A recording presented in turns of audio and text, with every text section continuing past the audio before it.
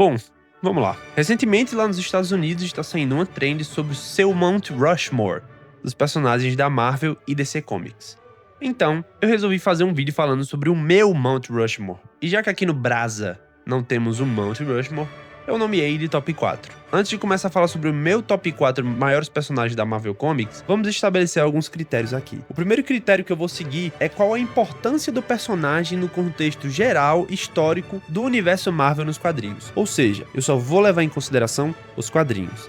Nada de filmes, nada de séries e nada de animações. Apenas o retrospecto dos quadrinhos. Segundo critério, eu vou levar em consideração a qualidade e aclamação das histórias, ou seja, não adianta o personagem ser importante se ele não tiver uma boa qualidade nas suas histórias. Não é mesmo, Homem de Ferro? Enfim, o terceiro critério é que aqui só levaremos em consideração esse personagem solo. Então, super equipes como o Quarteto Fantástico, X-Men e Vingadores não serão levados em consideração, mas os seus membros sim, ou seja, eu não posso usar os Vingadores como top 1, por exemplo. Sem mais delongas, vamos para o meu top 4 personagem da Marvel Comics. Em primeiríssimo lugar, temos o personagem que, quer você queira, quer não, é o rosto da Marvel. E, obviamente, eu tô falando do Homem-Aranha. Além de ser o personagem mais icônico da Marvel, ele também é o personagem que mais vendeu gibis da história da Marvel, tendo vendido quase 400 milhões de cópias em toda a sua história. O Homem-Aranha também é dono de um grupo de vilões bastante icônicos, como é o caso do Duende Verde, o Dr. Octopus, Kraven, Rhino, Lápide, o Rei do Crime, Electro, Escorpião, Shocker... A lista é imensa. Embora não seja um personagem de suma importância nos grandes acontecimentos da Marvel, nos quadrinhos, ele é um grande divisor de águas para a editora, além de ter várias histórias emblemáticas, como A Noite que Gwen Stacy Morreu, de 1973, A Morte de Jean the Wolf, de 1986, A Saga do Clone, de 94, A Última Caçada de Kraven, de 87, O Homem-Aranha Azul, de 2002 e a famosa Se Este For Meu Destino, de 1965. Além de ter tido fases aclamadíssimas, como a fase clássica com Stan Lee e Steve Ditko, Stan Lee e o Romitão, Roger Stern, Tom DeFalco, J.M. Demetrius e etc. E, bom, agora as coisas começam a complicar. Eu sei que eu vou levar hate com essa minha lista, mas esperem pelo menos os argumentos antes de me xingar aí nos comentários. Em segundo lugar, eu coloco Reed Richards, o Senhor Fantástico. Por mais que o Reed seja indissociável do Quarteto Fantástico, são as ações dele que geralmente resolvem os conflitos, e como um dos critérios é a importância no contexto geral da Marvel, nos quadrinhos, não tem como deixar ele de fora. Reed Richards é o homem mais inteligente do mundo e geralmente é o cara que é contatado quando o planeta, que geralmente se resume aos Estados Unidos, sofre alguma ameaça. Inclusive, ele é o cara que os Vingadores chamam quando dá um problema, como a gente pode ver na run do John Byrne do Quarteto Fantástico. Ele é a mente por trás da formação dos Illuminati, grupo esse de suma importância durante as incursões, é o responsável pela missão que deu os poderes ao Quarteto Fantástico, fazendo assim com que todo o universo Marvel se desabrochasse depois, e se você não entendeu o que eu falei agora, tem um vídeo explicando isso aqui no canal. Ele teve um papel importantíssimo na trilogia Galactus, sendo ele a pessoa que coordenou as equipes e empunhou o Nulificador Total no final da história, e foi peça-chave em Guerras Secretas, sendo ele o criador da Arca que salvou os super-heróis, além de ter derrotado Destino no embate final e ter sido responsável por reescrever todo o universo Marvel. Reed é um membro do Quarteto Fantástico, então majoritariamente as histórias que ele faz parte são com a equipe, porém não deixa de participar das histórias emblemáticas e, na maioria delas, ser o líder da equipe. Histórias como a trilogia Galactus de 1966, o julgamento de Reed Richards de 82, sem contar nas runs fantásticas de Stan Lee, Jack Kirby, John Byrne e do Jonathan Hickman, que por si só já são excelentes, essa última culminando em Guerras Secretas no final. E, enfim, ela é simplesmente um dos personagens mais importantes dos quadrinhos da Marvel. O terceiro e o quarto lugar foram extremamente difíceis de escolher, visto que alguns personagens eram excelentes em um critério e terríveis em outros. Então eu fiz as minhas escolhas e debati com alguns amigos para não pôr os pés pelas mãos aqui. O terceiro lugar escolhido foi o Hulk. Chega! O Hulk é um personagem bastante emblemático nos quadrinhos e um personagem subvalorizado pelos fãs. Além de ser um dos rostos mais famosos da Marvel desde que foi criado lá em 62, foi marcado por fases maravilhosas nos quadrinhos, como a fase do Lin Wayne, Bill Mantlo e Peter David, sendo a do Peter David a maior e melhor fase do Gigante Esmeralda. O Hulk tem histórias emblemáticas, como é o caso de Futuro Imperfeito, do próprio Peter David, Planeta Hulk e World War Hulk. Recentemente o Hulk ganhou sagas memoráveis, como foi a run do Al Ewing e a atual run do Philip Kennedy Johnson, além de ser um dos membros fundadores dos Vingadores. É inevitável, pensou em quadrinhos da Marvel, você pensa em Hulk. Já a quarta colocação, eu fiquei em dúvida de vários personagens. Vou falar o escolhido aqui e depois vou explicar quais foram os personagens que quase entraram e por que esses personagens não entraram. O meu quarto lugar é o Demolidor. Caso você seja um fã casual da Marvel dos quadrinhos ou apenas um fã dos personagens, seja em filmes ou em animações, provavelmente você está sem entender o motivo de eu ter escolhido o Demolidor como o quarto maior personagem da Marvel Comics. Mas vamos lá.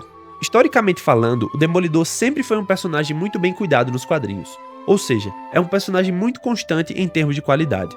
O Demolidor foi criado por Stan Lee e Bill Everett lá em 1964, e naquela época foram apresentados vilões e personagens que ficariam famosos, como foi o caso da Elektra, do Mercenário, do Rei do Crime e do clã de ninja chamado A Mão. Só um adendo aqui no meio do vídeo. O Demolidor enfrentou o Rei do Crime pela primeira vez já na run do Frank Miller, e o próprio Frank Miller criou Elektra lá em 1972, tá? Porém, foi logo no começo, porque o Demolidor é um personagem de 64, então foi basicamente 8 anos depois da sua criação, que tendo em vista o ano de lançamento e o ano da publicação desses quadrinhos, foi relativamente próximo ali, né? Então, enfim, continuando.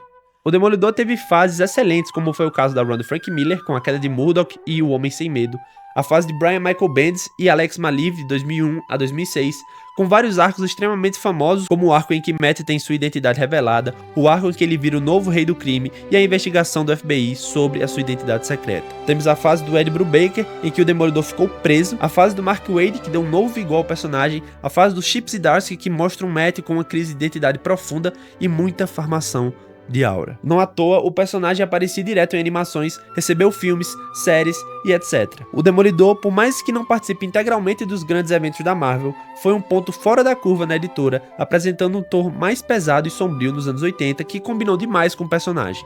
Além disso, o Demolidor foi e ainda é o personagem mais importante da Marvel no núcleo urbano da editora, fazendo parte de grupos como os Defensores, com Punho de Ferro, Jessica Jones e Luke Cage, e até dos Vingadores. Fora isso, o Demolidor é conhecido como um personagem bastante experimental na Marvel, sendo bastante usado para lançamento de graphic novels, para que os roteiristas não precisem usar os grandes medalhões da editora, como, sei lá, o Homem-Aranha. Ok, agora vamos falar sobre algumas menções honrosas. 2 personagens que ficaram de fora, mas quase entraram, foram Thor e Capitão América. O Thor, ele é um personagem que eu tenho um carinho muito grande, e eu acho muito subvalorizado nos quadrinhos. O motivo dele não entrar aqui é que ele não foi tão importante para o universo Marvel, nem para a história da editora, pelo menos não tão importante como os personagens citados anteriormente. O Thor tem fases maravilhosas, como a fase do Dan Jurgens, pós A Loucura dos Heróis Renascem, a fase do Walt Simonson continuando o legado do Jack Kirby, e a do Jason Aaron trazendo um novo tom pro personagem. Mas, infelizmente, eu não acho que entra no top 4. E, bom, se você discorda, pode falar aí nos comentários. Já o Capitão América, o buraco é mais embaixo. É um personagem super importante para a editora, sendo o primeiro super-herói da Marvel, quando a Marvel nem se chamava Marvel ainda. É um personagem importante, sendo o líder dos Vingadores e tendo destaque em grandes sagas, porém não é um personagem que se sustenta em seu título solo. Olha, eu não vou mentir, eu não sou o maior leitor da história do Capitão América. Porém, falando com pessoas que acompanham o personagem regularmente, me falaram que o melhor trabalho com o personagem, fora a era clássica, veio nas mãos de Ed Brubaker de 2005 a 2013. E como eu nunca li, eu também não posso falar muito sobre essa história. Lógico, a lista é com base nas minhas experiências e no que eu tenho de conhecimento. Outro personagem que eu considerei pôr na lista foi o Wolverine devido à sua popularidade. Minha hora chegou.